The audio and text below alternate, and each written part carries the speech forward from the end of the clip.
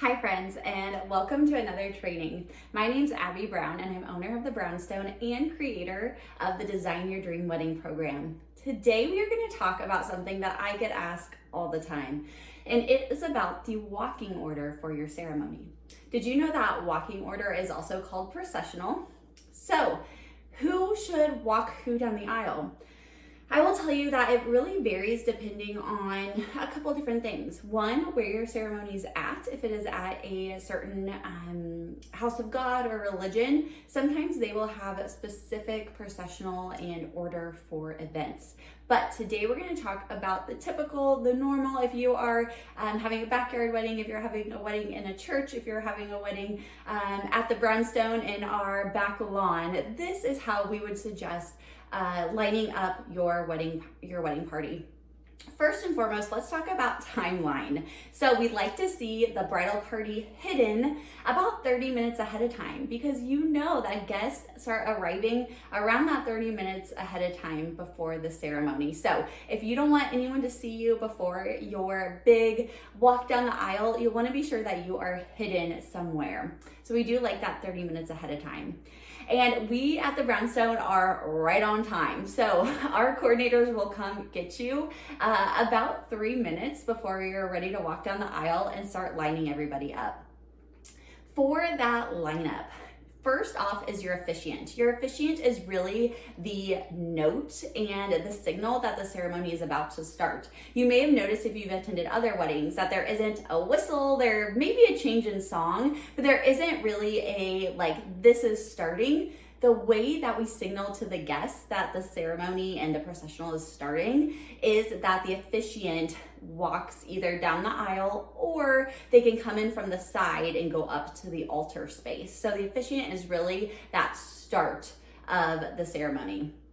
Next is grandparents. If you have grandparents that you want to attend the ceremony, they would be next in line. Typically, it is the groom's grandparents and then the bride's grandparents, but truly just getting the grandparents down the aisle is great. A couple hints and tips. So for our wedding venue at the Brownstone, we have a really long aisle, especially if you're going to be out in the lawn. And that means some rocky terrain and unstable terrain because we're in the grass. So some grandparents don't feel comfortable walking that long of a distance. So some of the things I will do is I will actually reserve the last row of the where the actual aisle takes place. I will reserve that last row and have the grandparents start there. And then the officiant, or after the officiant goes, the grandparents can then stand up from that back row, walk down the aisle, which is usually a lot shorter of pace, and get down the aisle and go to sit in that front row where they should be. So that is some hints and tips for grandparents, because we love them and we want them to be a part of the day no matter what. Next, after grandparents have been ushered down the aisle, then it is typically the groom's parents. Groom's parents will walk down the aisle. A lot of times the groom, if he wants to walk down the aisle, will walk with his mom, and then the dad is directly behind them walking down the aisle. If there are separated parents, which occurs, it is typically the mother of the mother of the groom first, then father of the groom. So if there is a step parent, the mother of the groom and that step parent would walk first, followed by the groom's father and that step parent. So again, the groom typically walking his mom down the aisle, and then after he seats his mom, he will then go up and stand with the officiant. Some grooms do not want to walk down the aisle, which is absolutely okay. You can send the groom's parents down the aisle, and the groom will just sneak in from the side and stand up with the officiant. So after groom's parents, it'll be the bride's parents, bride's mom. So the bride's mom is then walked down the aisle. She could be walked with one of the ushers.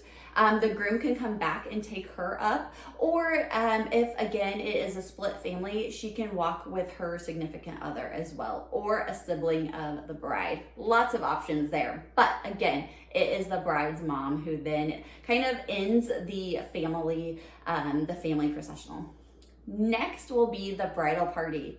So for the bridal party, what you're going to do is you're going to end with the maid of honor. So if you have a lineup, the person who is the farthest from the center will be the first ones down the aisle. So you will send the bridal party from farthest away, then move your way into the center, ending with the maid of honor and the best man, going down the aisle directly before the ring bearer and then the flower girl.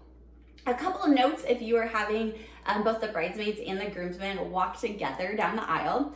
I always say, gentlemen, this is your duty is to have a strong hand. Make sure that your bridesmaid has a strong structure to hold on to, especially again, they're walking in heels, they're walking in long dresses. So groomsmen, make sure that you're helping hold up your partner. So after a bridal party gets down the aisle, next is our adorable ring bearer and flower girls. Typically, ring bearer will head off before the flower girl, but of course, this is where the fun begins. So sometimes we'll send them off together, but ring bearer first, and then the flower girl will go next.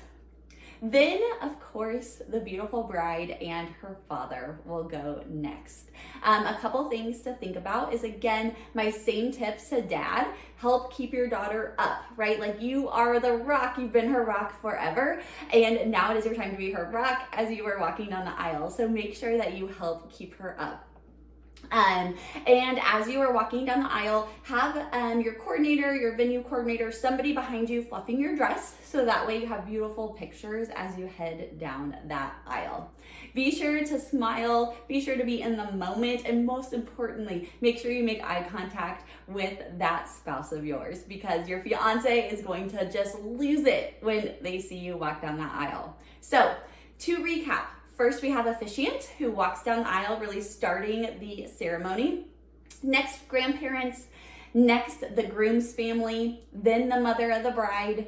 Then we have all of the bridal party, starting with the person who is standing on the outside, moving into maid of honor and best man. Then we've got that adorable ring bearer and flower girl, and then the star of the show, bride and the father of the bride. So, hope this is a fun, quick tip.